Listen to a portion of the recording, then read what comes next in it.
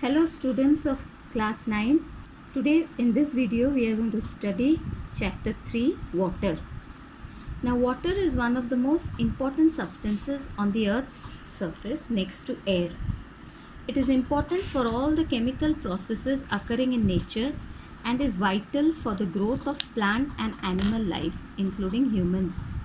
Hence it is called the elixir of life.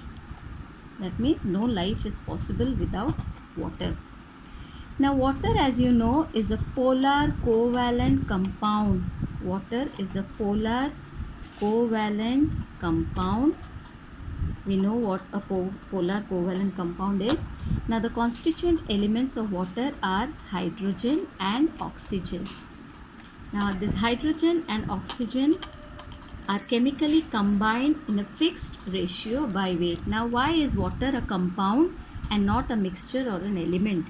Water is a compound because of three reasons. The first one is it is made up of, or it is chemical combination of hydrogen and oxygen in fixed proportion by weight.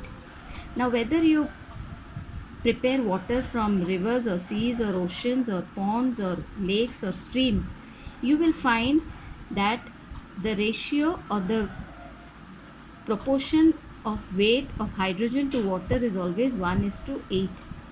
That means if we electrolyze 18 grams of water, we will find 2 grams of hydrogen at the cathode and 16 grams of oxygen at the anode, always. So this is fixed. Hence it is a compound. It is a compound whose constituent elements are hydrogen and oxygen. It is fixed. So we can write the formula of water as H2O, which means one molecule of water contains 2 atoms of hydrogen and 1 atom of oxygen. Now the second reason why water is a compound is that the properties of water differ from the properties of its constituent elements, that is hydrogen and oxygen. Now water, you know, is a liquid. It's a colorless liquid. It tastes sweet and it puts out fire, whereas the constituent elements are gases. One is hydrogen, which is highly inflammable, and another one is oxygen, which supports combustion. So the properties of water are entirely different from those of its constituent elements, hydrogen and oxygen. Now the third reason is the constituent elements hydrogen and oxygen cannot be separated by any physical means. They can be separated only by chemical means, that is electrolysis. So it is proved that water is a compound. Rather, it is a polar covalent compound.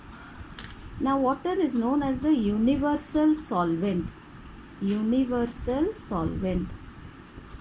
Now water has the capability or ability to dissolve a large number of substances, that is salts, sugars, gases, acids, bases, etc. No other solvent can dissolve so many substances.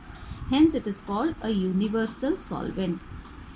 Now why is water a universal solvent? Which properties of water enables it to dissolve so many substances? There are two properties. One is its polar nature, about which you know there is partial charge separation, and the second one is its high dielectric constant. Water has a very high dielectric constant. Now for now, just remember that this is a property, or dielectric constant is a property which opposes the attraction between the oppositely charged ions. Just remember that much. So for these two properties, polar nature and high dielectric constant of water enables a large number of substances to dissolve in water. Okay. Now let us study what is a solution. Now a solution is a homogeneous mixture of a solute in a solvent. Now since we are studying about water, here the solvent will always be water. So any solution where water is the solvent is known as aqueous solution. Aqueous.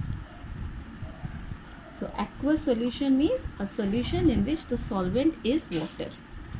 Now what is a solute? Solutes are the substances which dissolves or disappears in water or disappears in a solvent. And what is a solvent? It is the liquid or the medium, here in this case it's water, in which allows the solutes to dissolve.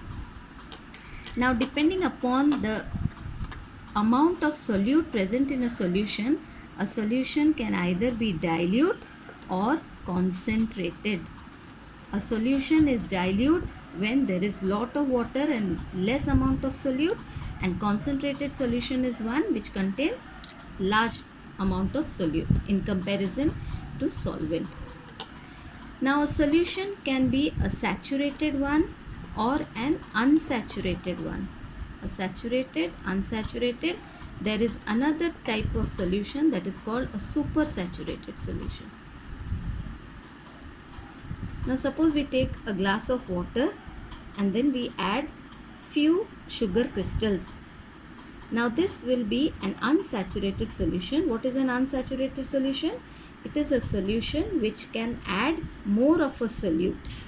Okay, now we can still go on adding more of sugar crystals to this one glass of water. So this is what is an unsaturated solution. Now when we go on adding one spoon after another at a particular temperature, a certain time will come when no more of the solute will dissolve in this one glass of water. That is when we have obtained a saturated solution. A saturated solution is one which cannot dissolve more of the solute at a given temperature. Okay, this is the difference between a saturated and an unsaturated solution. Now there is another type of solution that is called supersaturated solution. Now this contains more of a solute at a given temperature than present in a saturated solution. Now suppose we have attained a saturated solution, and what we do, suppose we have attained a saturated solution at a particular temperature 25 degrees Celsius. Now what we do, we slightly warm it, apply heat to this solution and warm it. We will see that we can still add few more of the solute.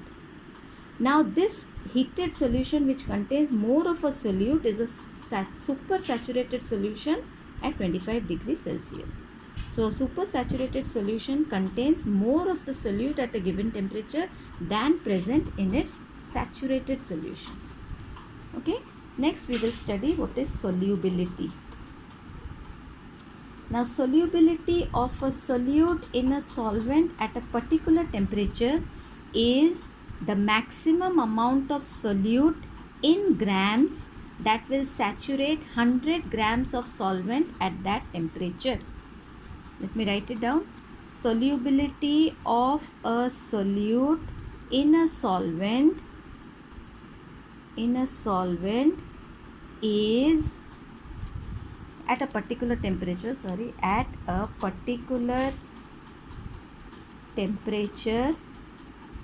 is the maximum amount of solute in grams that will saturate 100 grams of solvent at that temperature.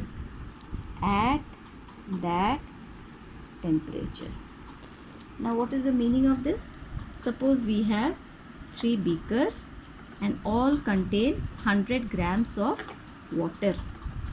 We will take the solvent as water, 100 grams of the solvent, and all 3 are maintained at a temperature, suppose 27 degrees Celsius.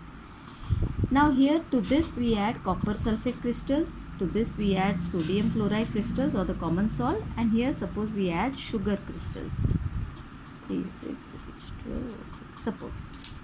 Now to obtain a saturated solution or to saturate 100 grams of solvent at 27 degrees Celsius, suppose you require 50 grams of copper sulfate solution. So that is its solubility at 27 degrees Celsius. Now whenever we talk of solubility, we have to mention the temperature, because solubility of a solute in a particular solvent changes with temperature.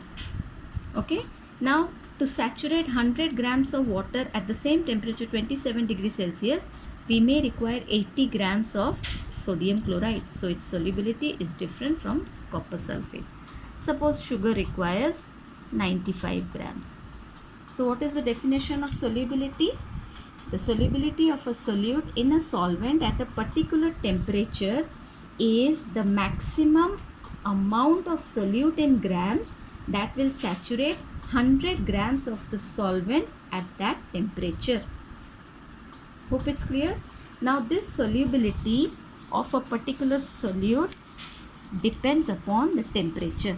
Now there are certain salts whose solubility, or generally most of the time, the solubility of a salt increases with increase in temperature.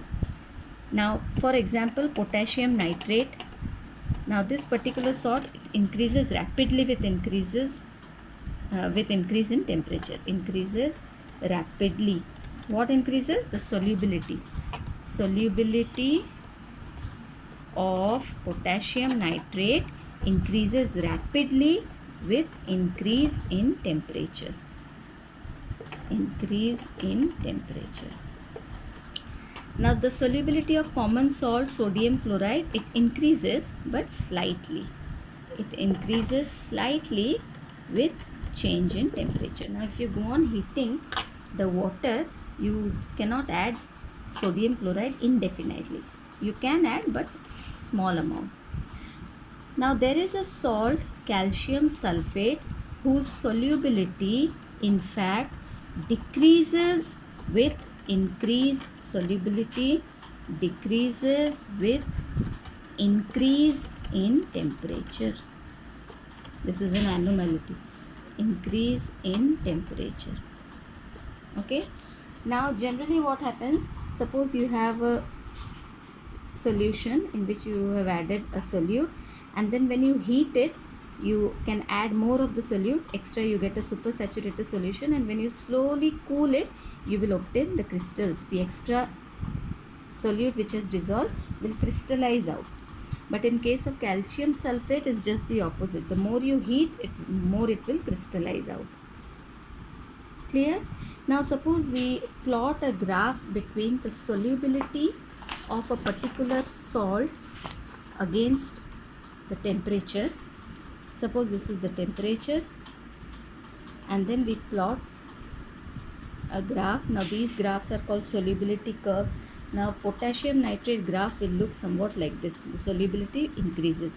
Solubility means this is in terms of grams. And for sodium chloride, the graph will not increase rapidly. It will be somewhat like this. Clear? So these are called solubility curves. Now these curves are important to compare the solubilities of different solutes in a particular solvent at a particular temperature.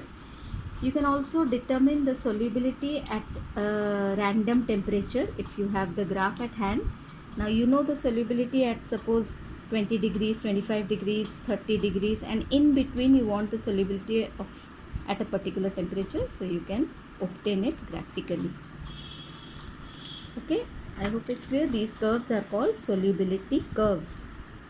Now in my next class, next video, I will start about crystals and we will complete the chapter. Thank you.